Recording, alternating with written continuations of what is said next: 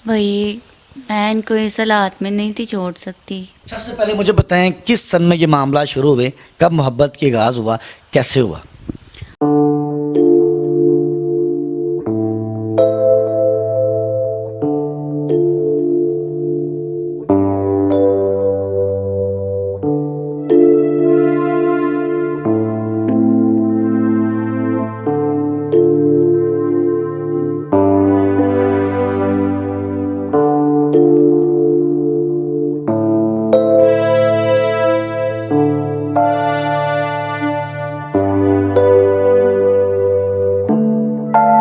मुदस्सिर की बातों को लाइक करें, सब्सक्राइब करें और बेल आइकन को प्रेस करें ताकि नए आने वाली अपडेट आप तक पहुंच सके। मैं सब कुछ करती हूँ, यहाँ तक इनको कपड़े पहनाना, सब कुछ। सबसे पहले तो साइमा आप इसी बात करेंगे क्योंकि उनका इस कहानी के अंदर बहुत ही बड़ा मेन रोल है। अस्सलाम वालेकुम। वालेकुम सलाम। साइमा आप ही, आपको पता है आपने जो काम किया है, वही मैं इनको इस हालात में नहीं थी छोड़ सकती।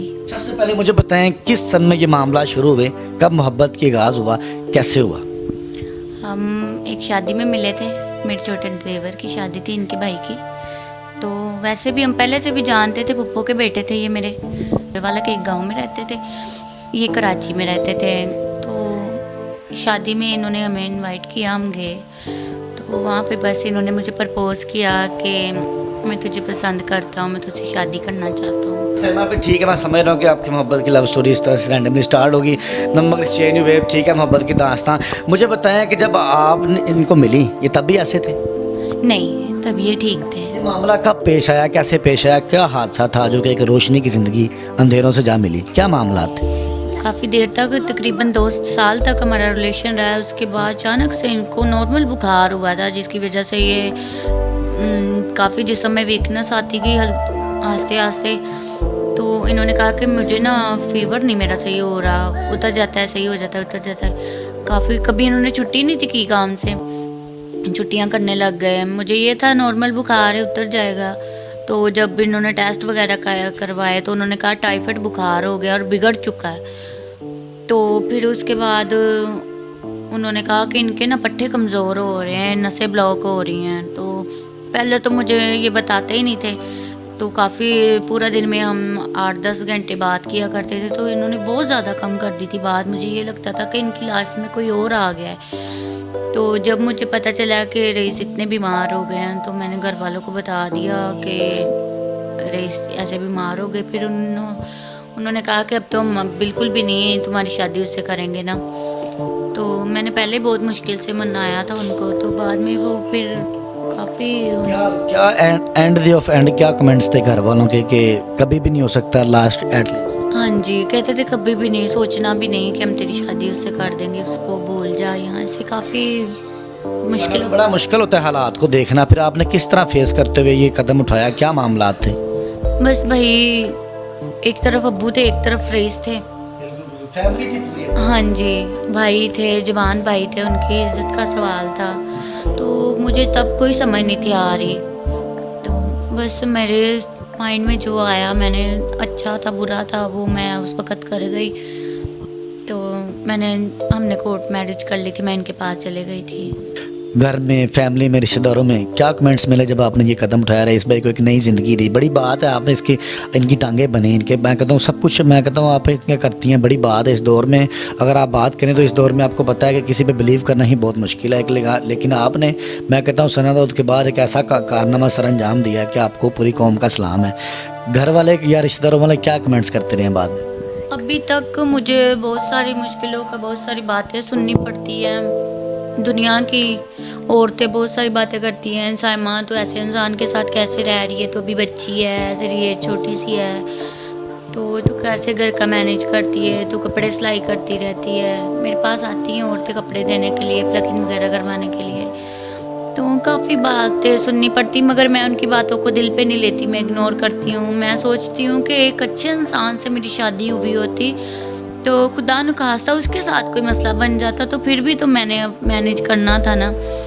लेकिन मुझे कोई दुख नहीं है, मैं इनके साथ रह रही हूँ, इनको संभाल रही हूँ। घर के मामला कैसे चलते हैं इस दौर में? एक मर्द अगर घर के चलाए ना तो नहीं चला सकता, इतनी महंगाई है। आप एक फ़ीमेल होके, एक हवा की बेटी की औरत होके, एक किसी की बेटी होके किस तरह आप ये मामला करते हैं? आप एक औरत हैं।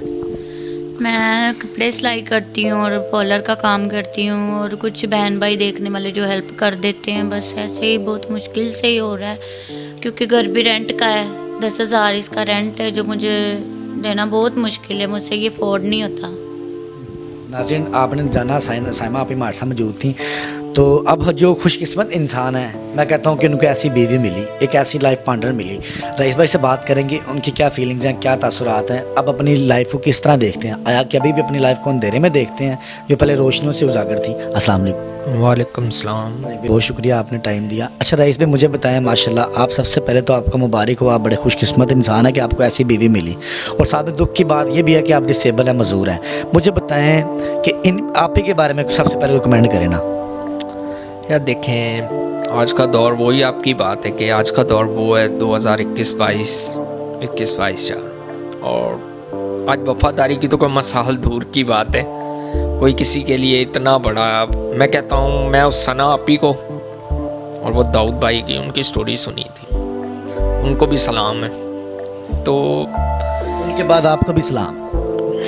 बस ये तो मैं कहता हूँ कि आज के दौर में कोई किसी के साथ वफा नहीं करता, भले कोई लड़का है या लड़की है। बड़े दुख के साथ मुझे ये बात कहना पड़ती है कि मगर ये साइमा ने मेरे लिए अपनी एक कुर्बानी दी है, कुर्बानी है ये उसकी, मगर उनकी कुर्बानी को देखते हुए मुझे पता है कि खुदा ज़रूर हमारी जो है ना, वो ये इसको कह सकते हैं ये आजमाइश है या क्या है, तो ये ज़रूर दूर होगी। क्योंकि देखें, एक वाइफ, एक मेरी बेटी, ठीक है, ये अगर खुदा हमसे खुश है ना तो मुझे औलाद भी दी। हम लोग देखें, खुदा के प्लान को हम लोग नहीं जानते इंसान होते हुए कि वो हमारी ज़िंदगी में क्या करने वाला है। क्योंकि देखें, अगर मेरे साथ इस तरह हो गया तो ये भी कोई मतलब कि मेरी आजमाइश है या क्या है, तो मेरा ईमान और यकीन यही है कि ये बिल्कुल ठीक होगा। तो ये है कि बस मजबूरन में मुझे मीडिया के सामने आना पड़ा कि मैं देखें इस हालात में हूँ ना इस टाइम, कोई बहन भाई या ये में हम लोग 3 लोग बैठे हुए हैं इस टाइम, मेरी बेटी, मैं, मेरी वाइफ, हमारे सिवा या एक मेरे उस खुदा के सिवा हमारा मतलब कि और कोई भी नहीं है, ठीक है। तो ना कोई बहन भाई पूछने वाला, ना कोई ताया, ना कोई चाचा, ना कोई मामा, इस तरह मतलब कि होता है ना, एक फैमिली होती है, सपोर्ट होती है, और बंदे को होता है कि यार इसमें फैमिली से बिल्कुल बाइकआउट है। फैमिली से मेरा बिल्कुल बाइकआउट है, इसलिए कि 2 मेरे भाई हैं, 2 सिस्टर हैं, उनकी शादियां की, मेरे वालिद साहब की डेथ हुए आज मेरा कल 16 साल हो गए हैं। तो बस बड़ा मैं था, सब कुछ किया, छोटे भाई भी करते थे, सब कुछ होता था, मगर एक जिम्मेदारी जो है बड़े भाई की होती है, बहनों की शादियाँ की, भाई की शादी की। मगर वो कहते हैं ना कि मेरे भाई आज का दौर ये वफा की वो आप बात कर रहे हैं ना, आजकल बुरे वक्त में जो है ना मेरे भाई अपना सका खून भी छोड़ देता है। माशाल्लाह से अब आप ही फैसला करेंगी। रईस भाई के लिए क्या किया जाए? इलाज तो ठीक है, कोई काम ऐसा दिया जाए इलाज तक, अगर जब तक इलाज ड्यूरिंग चलता है या इलाज पेंडिंग होता है तब तक कोई काम कर सकें, सीटिंग वाला बैठ के काम कर सकें, कोई रिक्वायरमेंट करना चाहे हमारे अफसरान से।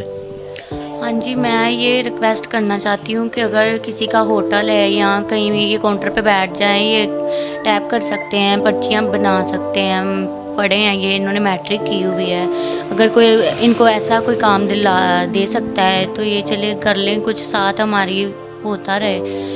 हमने पूछा था 1-2 जगह पे तो वो नहीं देते, वो कहते हैं कि ये हाँ जी, हाँ जी, कि पता नहीं आते हैं कि नहीं, हम सैलरी दे दें तो फिर वो आए ना, तो फिर ऐसे नहीं देते ना। कोई रिक्वेस्ट करना चाहती हूँ कि अगर कोई इनको काम दे सकता है, चलो इनकी थोड़ी जॉब सैलरी हो जाया करेगी तो उससे मुझे थोड़ी आसानी हो जाएगी। देखा हमारे साथ मौजूद थी साइमा आपी और राइस पे, इनकी स्टोरी आपने जानी।